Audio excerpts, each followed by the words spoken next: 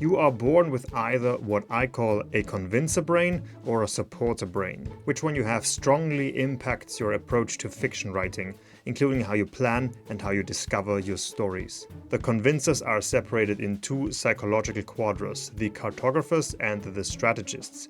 And today we will look at the differences between them in how they outline stories and how they discover them, what mistakes they typically make, and what principles they might want to learn in order to help them achieve their goals.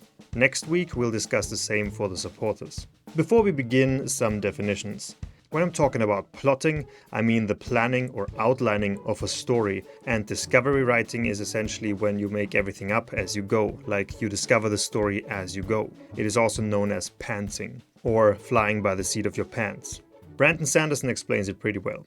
The two general camps tend to be what George Martin uses the term gardener, a discovery writer. I really like the term gardener. The gardener starts a story with an interesting premise or some interesting characters, and they just explore their story as they start writing, and then they just kind of go wherever their whims take them. They do not use an outline.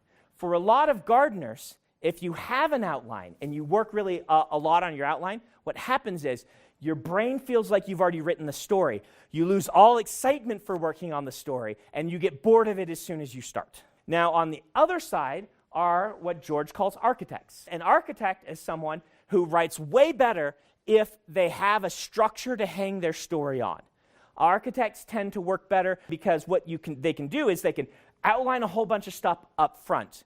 And then when they're working on a given chapter, they don't have to worry about all the other stuff because they've already fixed that. They can focus in on this one chapter and do this one chapter the way that they want to.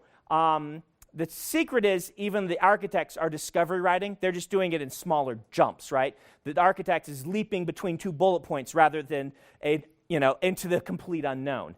The master hath spoken. In general, whether you're a pantser or a plotter doesn't depend on your Jungian archetype. Everyone can be pantsers and plotters. However, knowing what type of brain you have can still be very advantageous, as it allows you to adapt your system or consider changing it entirely. Let's talk about outlining first. For this, we don't need to discuss the differences between cartographers and strategists yet, as what I'm about to tell you pretty much applies for both of these quadras equally. Now, a brief recap of the past couple videos. The convincers express the cognitive functions of introverted feeling and extroverted thinking. Introverted feeling is all about emotional investment, which already leads us to the big mistake convincers might make when outlining. They write an overly detailed outline with the intention of sticking to that outline. I witnessed some convincer writers create these long, detailed outlines and then they quit the story after just a few attempts at writing it or even before they start. I myself have once spent 2 months on an outline which I trashed after 3 days of writing. And this behavior is often an expression of a fear that you are not able to create the achievement you are pursuing. And that fear comes from the emotional investment in your achievement, in the idea of success. The convincers seek a guarantee for that success and plot and outline and plan ahead to such an absurd level of detail that the entire story exists in the outline. And at that point, suddenly everything depends on your skill. And what if your skill is not good enough to get the story down exactly the way you imagine it? Or they have no idea how to make the characters come alive. Or they get so many new ideas while they write, which they now have to ignore because if they were to pursue these new ideas, they would destroy their mega detailed outline.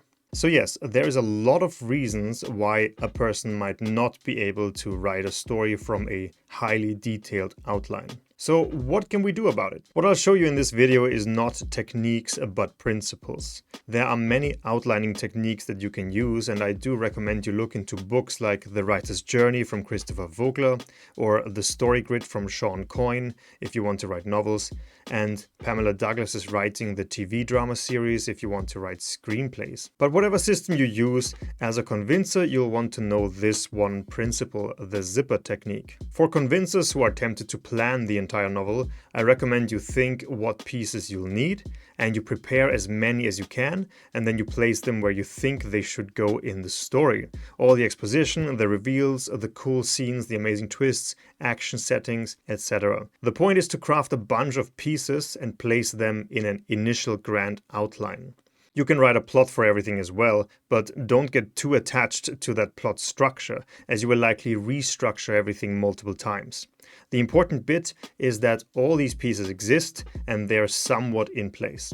Now, these pieces are like the elements of a zipper. They're all on the sides, not fitting together, and as you write, you restructure everything as you go along, each section and each scene that you're going to write next. Move everything into place so it all fits together. Really try to figure out how this next section does everything you want it to do on the grand scale, but also on the local scale, in terms of cultivating audience investment and raising tension, etc.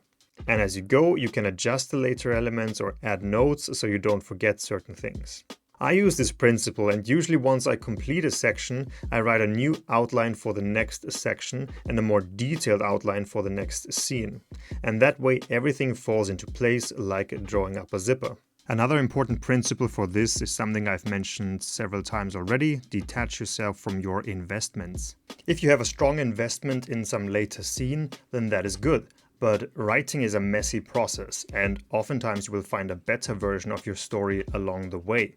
Open yourself up to that possibility and don't get too attached to your preferred version or target scene. Because if you focus too much on that scene and on your preferred outcome and not enough on the chapters and scenes before, then that scene is ultimately going to suffer from it. If you don't care about what you are writing at this moment, the next scene, the next chapter, then your audience won't either. This brings us to the discovery mode for Convincer writers. But before we do, as always, please like and subscribe, show me that you're interested in this stuff and give me the energy to keep going. Alright, before we can talk about discovery writing for convincers, I do need to give you guys a brief recap of last week's video about writing modes. In last week's video, we talked about the convincer writing mode. For a brief recap, a convincer's brain automatically compartmentalizes your scene, separates it into pieces, and gives you an idea of what the ideal version of the scene could look like. And today we'll talk about what this looks like for the two quadras of the convincer realm: the Strategist Quadra and the Cartographer Quadra. If you remember, we established these quadras a lot of videos ago, and we kept using them sparingly because I didn't want everybody to have watched this first video. But today we're gonna finally talk about quadras, and in the next video as well. Now, the strategists express introverted feeling, extroverted thinking, as well as introverted intuition and extroverted sensing. Introverted intuition is all about visualizing a future outcome that you want to make happen. The extroverted thinking structures everything in their minds, and the introverted intuition is kind of able to structure the stations of what you want to do in your future. What do I want to do first? What do I want to do next? So these two functions are actually the functions with which you can structure something in your mind. Now, strategist writers can visualize the next scene and structure it all in their minds right away. And this is exactly why sometimes strategist writers are pure discovery writers, because they have everything in their minds. But technically, they're not the discovery writers that you would think of traditionally, because traditional discovery writers discover everything as they write. Information about world building, character backstory, message, theme, and the plot structure. Strategist writers, however, might discover a desired outcome for the next section, because as they write, they get new ideas and new visions for what they might want. They discover ideas for where the story is supposed to go next, because they really find everything as they write. Strategist writers might not need an outline, a written outline, but they do structure everything in their minds, and they do prepare everything in their minds. But for a larger novel, for instance, of course they're also going to write stuff down. Because if you have a lot of information, then at some point you have to write something down. So the strategists, when they just launch into a scene, they already have their ideal version of it in their minds.